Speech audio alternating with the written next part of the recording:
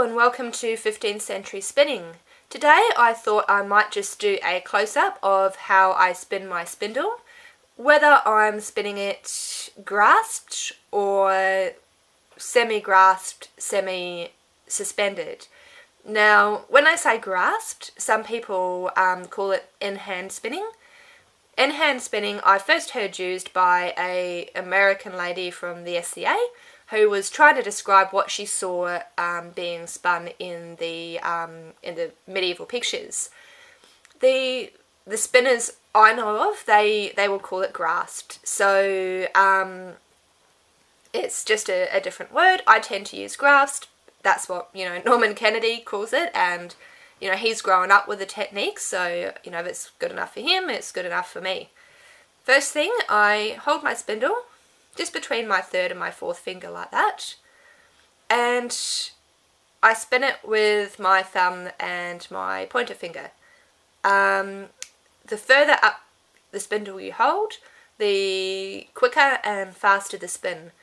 It's physics, like cogs and wheels and all of those things. The smaller the tip that you're spinning, the faster and more revolutions you can get for each turn.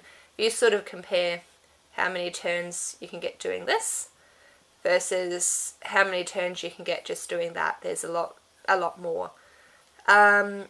This is a Hershey Fibre Art spindle, and the great thing with this is, hopefully you can see, there's that lovely little spiral notch. So if you're doing a semi-grasped, semi-suspended style of spinning, there's no need to tie a knot.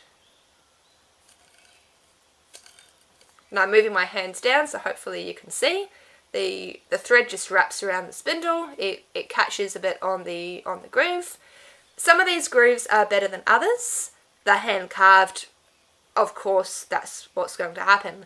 I don't mind it, I like it, it adds to their charms. But some of the spindles, you notice the thread falls a bit better into the spiral than on others. And you see me just untwisting my thread. I'm not actually spinning here, I'm just spinning on a scrap of thread that I've already spun. You can do this method with spindles without a notch. It works, I've got a video of me doing it. It's easier with the spiral notch just because it adds a bit more friction. And that's all, hold it like that. As you spin, you let go with these fingers. And you can just practice that. Just a really slow in-hand spin. And you do it quicker, and that's more than enough to add thread into your spindle. I've heard people say that in-hand spinning or grasped spinning could never possibly be used to spin anything because it's too slow. It does. I've only heard it said by people who've never done it. People spin this way, it's how their granny spun, and their granny spun before it.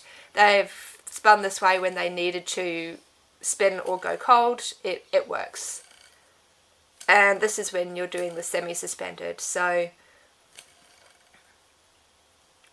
yeah, you just let go a little bit longer between spinnings, just like that. And that's how I spin my spindle. Spinning your spindle is part of spinning, the other part is drafting.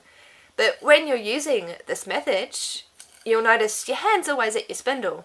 So if you're drafting, let me grab some fluff.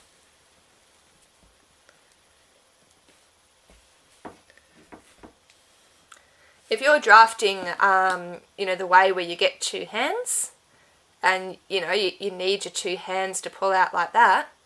If your hand's at your spindle, there's nothing to draft. You need another person to come and help you draft.